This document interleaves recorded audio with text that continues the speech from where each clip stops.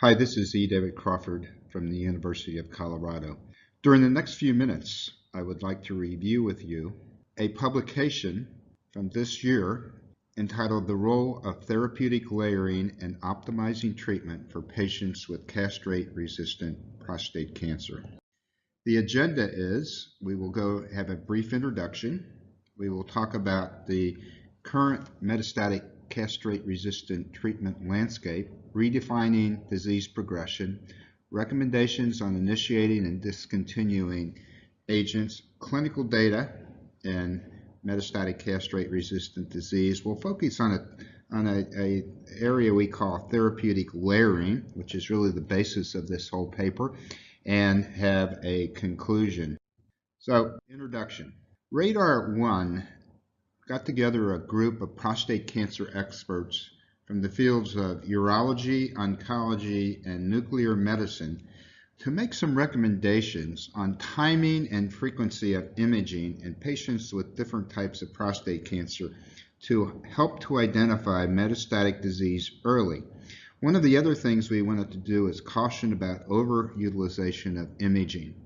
And what we wanted to consider was when do you consider starting therapy? This is when you initiate imaging, before changing therapy, and after completing therapy. We also integrated in the importance of PSA trends in the clinical context and performed individual imaging when clinical or consistent and convincing biochemical progression is identified. So RADAR-1 basically put patients, men, into three buckets. The first is newly diagnosed disease, the second is biochemical recurrent patients, and the third is M0 castrate-resistant patients. So newly diagnosed patients, there's been a lot of use of imaging, probably much inappropriate in men with newly diagnosed prostate cancer. We saw patients with Gleason 6s, 1 core, PSAs of 5, having bone scans and CT scans. We examined all the data and felt that we should scan high-risk patients, those that had a risk of having metastatic disease. And we determined that to be regulated by Gleason scores of greater than 7, PSAs of greater than 10, or palpable disease. So any two of these would be an indication to do imaging. Biochemical recurrent patients, there are a lot of them around, depending on what you read, anywhere from 40 to 60,000 or more men a year will fit into the category of biochemical failure after a local treatment. And there's a controversy about when to scan these men. And looking at the literature and our recommendations are that the first scan should be done when the PSA is between 5 and 10, and that is negative, and then the next imaging when the PSA is above 20.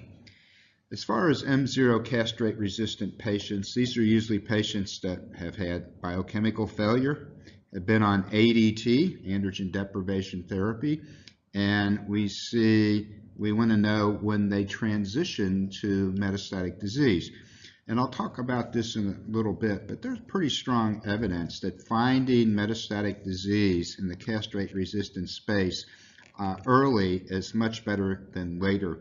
And besides that, all of these new drugs that I'll talk about in a minute actually kick in when we have metastatic disease. So we felt that the first scan should be done when the PSA is less than 2, or greater than 2, I'm sorry, and men who have a negative PSA, the next one should be 5, or doubling of the PSA level. We know that despite improvements in survival, metastatic castrate resistance continues to pose clinical challenges.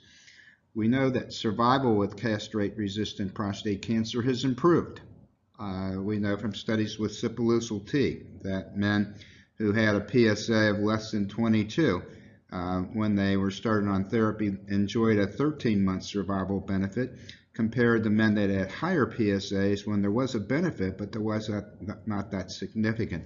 And that applies to some of the other agents that we'll be talking about, including abiraterone and enzalutamide. Metastatic castrate-resistant prostate cancer continues to be a challenge due to the disease heterogeneity and resistance. Despite treatment, metastatic castrate-resistant prostate cancer continues to be a terminal disease, and there are multiple pathways of resistance that are developed.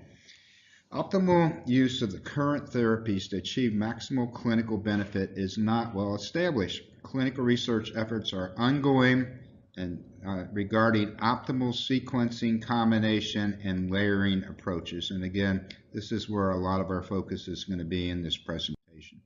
So the objectives of the RADAR-2 group was to provide a consensus on sequencing, combination, and therapeutic layering, which I will define in a minute. Combination therapy versus therapeutic layering, what's the difference? Well, the difference is that combination therapy, in which two or more therapies are initiated simultaneously. This has been the backbone of oncology. A lot of this is done in breast, colorectal, and other cancers, and even prostate cancer when you consider ADT combining an LHRH agonist with an anti-androgen. Therapeutic layering, as defined by the RADAR-2 group, is different from combination therapy in that it represents a clinical point where one or more agents are added onto an existing therapy. So there is this layering. We have, say, ADT here, best supportive care, whatever, and then we start adding things on, hopefully to improve the outcome. So in CRPC, all treatment interventions are technically layering of therapy since they are added to the foundation of ADT, as I just said. So the questions considered by the RADAR group fell into a number of different categories, including disease progression and when to initiate and when to discontinue therapeutic agents. And I'll go through each of these in the next couple of minutes. Well, these are the primary agents, and as I've already mentioned, these are where they are approved right now, the metastatic CRPC space. In the future, we're going to see many of these drugs move up earlier in the pre-metastatic space, in the newly diagnosed metastatic disease, rising PSAs, and various other things like that. So the agents out there, they're all different. Sipuleucel T is an immunotherapy, docetaxel, cabazitaxel chemotherapy, abiraterone acetate as an androgen biosynthesis inhibitor, enzalutamide is a third-generation anti-androgen, and radium-223 is a unique radiopharmaceutical that is an alpha particle emitter. And what we know is that all of these agents have provided some survival benefit across the path, and there has been time differences in progression-free survival in most of them. But PSA may or may not go down with all these treatments. We know that the dosing schedules are different. It's Sipuleucel T, 3 cycles, 2 weeks apart. Docetaxel, 10 cycles. Abiraterone, treat until the patient usually progresses, and we'll talk a little bit about that. The same with enzalutamide, and radium is a monthly times 6 administration of radium-223. If we look at guidelines, we have NCCN, AUA, ASCO, ESMO, and Canadian. There's nothing in basically in the M0 space, except with the European Society of Medical Oncology, but there's not a lot of direction on how to combine them and this whole concept of therapeutic layering. So in the metastatic castrate-resistant space, we have a sort of a progression from asymptomatic to symptomatic. The layering is we build on best supportive care, ADT. We'll talk a little bit about androgen pathway inhibitors, immunotherapy, how that fits in, targeted alpha therapy, and chemotherapy. So let's look at redefining disease progression. How is progression defined? What is the best way to determine progression while a patient is being treated with therapeutic agents with biologically distinct mechanisms of action? So there's a lot to discuss here. The RADAR-2 group defines progression of mCRPC as convincing and consistent rise in the PSA, radiographic progression, or presence of clinical symptoms while on therapy. And a lot of this parallels what the Prostate Cancer Working Group and others have done. This slide lists our recommendations for treatment of mCRPC. The agents that we have are immunotherapeutic agents, androgen pathway inhibitors, targeted alpha therapy, and chemotherapy. So as far as immunotherapy, we feel that this should be gotten in early in newly diagnosed patients with asymptomatic or minimally symptomatic CRPC with low tumor burden. Androgen pathway inhibitors can be initiated or layered on if there are consecutive rises in the PSA after Sipuleucel T, biochemical or clinical progression, or even earlier than that. Targeted alpha therapy, radium-223, can be introduced at the first sign of progression on androgen pathway inhibitors for patients with bone metastases and symptoms. Chemotherapy can be administered after abiraterone or enzalutamide. Now let's move into recommendations on initiating and discontinuing therapeutic agents. The statement is, how early should treatment be initiated in patients with mCRPC? Which agent should be considered for use early in this metastatic setting? We know from studies that have just been reported that selection of treatments vary by volume and location of tumor burden, comorbidities, and prior lines of therapy. Let's take, for example, Charted, Stampede, and GitHub trials, which were just reported in patients who had newly diagnosed metastatic disease. We've looked at that and agree with the findings that high volume disease, newly diagnosed metastatic disease, there's very good evidence for using chemotherapy along with ADT. And more recently, the Latitude study has shown that the initiation of ADT with abiraterone provided a benefit. However, low volume disease patients did not seem to show any benefit. There's a lot of controversy about this. Perhaps with longer follow-up there will be, but there might be a biological reason why this is true. And then as far as mCRPC, we felt that starting with chemotherapy, assuming these patients have not already received it earlier in the disease, is not recommended as a first therapy. Let's go through these agents. Immunotherapy with Sipuleucel T can be considered in these mCRPC patients that may be asymptomatic, low tumor burden, and indolent disease characteristics. Early data show, as I've already mentioned, that lower PSAs, less than 22, so lower tumor volume, actually enjoyed a much better, over a year survival benefit. In the post-chemotherapy setting, Sipuleucel T can have a survival benefit also. There's recent trials looking at combining Sipuleucel T with enzalutamide, abiraterone, and radium-223 initially. Second generation androgen pathway inhibitors following immunotherapy, so we feel we should build on and get these in sooner rather than later, and these include abiraterone and enzalutamide. The RADAR-2 group recommends initiating second generation androgen pathways inhibitors following immunotherapy in the setting of biochemical or clinical progression. Start first with the second generation androgen pathway inhibitors if immunotherapy is not appropriate for your patient. Not all patients respond to androgen pathway inhibitors. Here's an example with enzalutamide. We can see outstanding responses. Here in the green line, we can see sort of intermediate type responses, so we can see failures to respond. And this is important to take into consideration. Targeted alpha therapy, radium-223.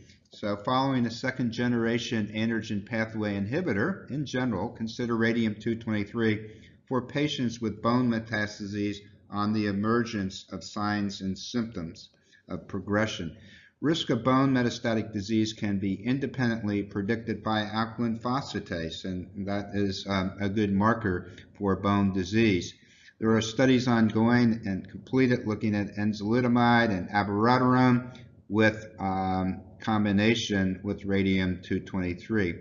The RADAR-2 group recommends adding, we call that therapeutic layering, radium-223 to androgen pathway inhibitors in patients with bone metastases and symptoms.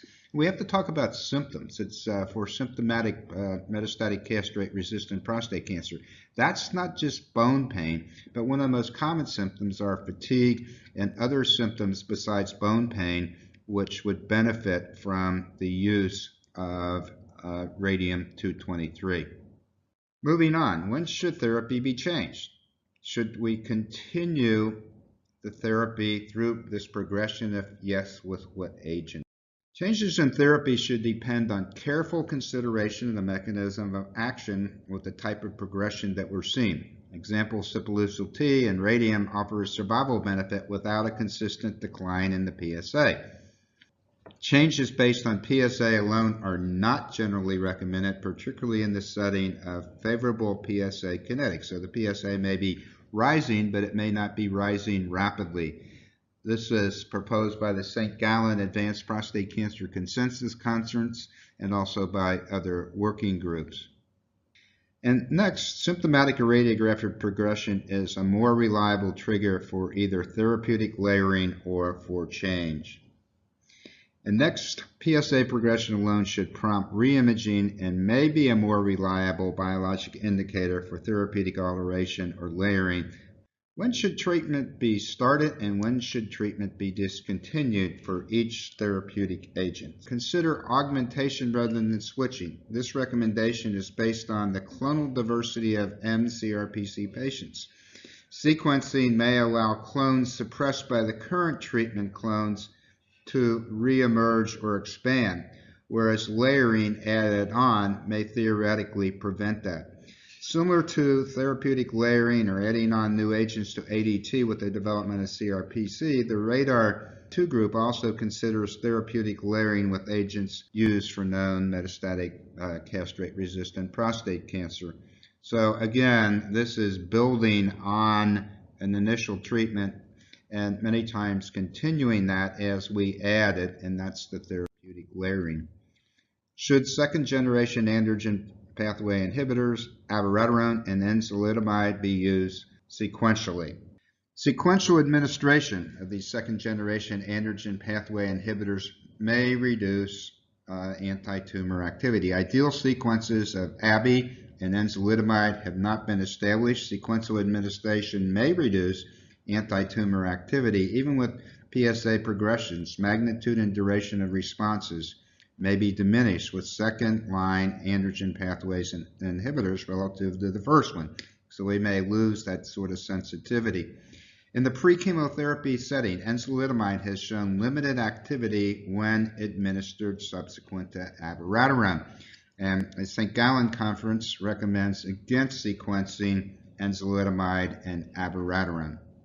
Now I want to discuss cross-resistance between taxanes and second-generation androgen pathway inhibitors. Cross-resistance has been demonstrated between cabazitaxel and androgen pathway inhibitors, at least preclinically. Cross-resistance between taxanes and abiraterone or enzalutamide may not be distinct, as microtubules may have an important role in shuttling androgen receptor to the nucleus. So taxane efficacy may be reduced in tumors that have developed resistance to androgen receptor pathway inhibition. We know about the association between ARV7 and the detected in messenger RNA and resistance to enzalutamide and abiraterone. Circulating tumor cells nuclear expression of ARV7 protein as a treatment-specific biomarker is associated with superior survival in taxane therapy over second-generation androgen pathway inhibitors. Switching from one second-generation androgen pathway inhibitor to another after progression is not recommended in most situations. Based on the current status, State of data, switching therapy from one second generation to another after progression is not recommended. However, a switch may be considered when the following exists: prolonged treatment response greater than 12 months to the first agent, or if the patient is a poor candidate for declines taxane therapy. As an option, radium-223 can be layered into a second-generation androgen pathway inhibitor on the first line of progression. Chemotherapy is administered between one novel hormonal agent and another. There may be resensitization of the patient's tumor to the second-generation androgen pathway inhibitor.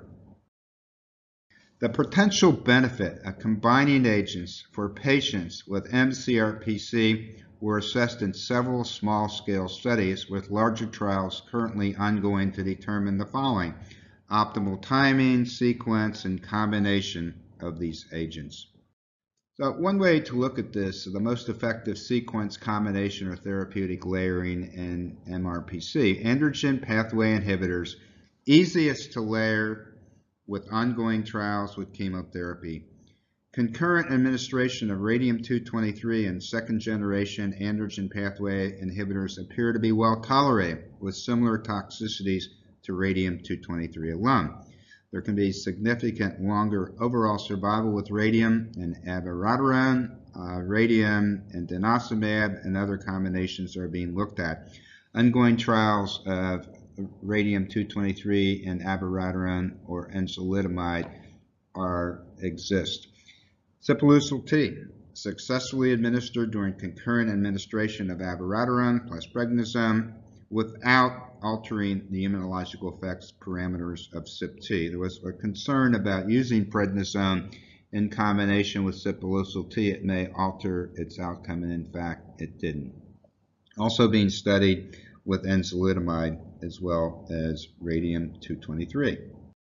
So in conclusion, despite great strides in mCRPC management, selecting a treatment to optimize outcomes remains a challenge. mCRPC is best managed with different agents, especially those with unique and complementary mechanisms of action to avoid inducing cross-resistance. Optimal treatment selection may depend on the molecular characterization and genotyping, as well as the patient's clinical characteristics. Clinical trials remain an important need to provide additional evidence on the efficacy, safety, and tolerability of combination regimens and patient identification. The RADAR-2 group recommendations are based on available trial literature and real-world experience, but optimal patient care continues to depend on clinical judgment of each treating patient. I think if we look back sort of in the history of oncology, we see that treatment A followed by treatment B followed by treatment C did not result in cures and long-term survivals most of the time. It was when we combined things. It was CHOP for lymphomas and PDB for testis cancer and likely combinations for leukemias and other cancers that we cure. And I think the same thing, and we do, exists for prostate cancer, finding these optimal combinations and therapeutically layering these drugs on as we do that. Certainly offer the opportunity to improve outcomes, make strides, positive strides in this disease. And we're all optimistic that someday we're going to be able to render this disease a sort of a chronic disease, and we see that in the future, and certainly consideration of the many things we discussed during this conversation on RADAR-2 hopefully will have a positive impact on that. I want to thank you for your time.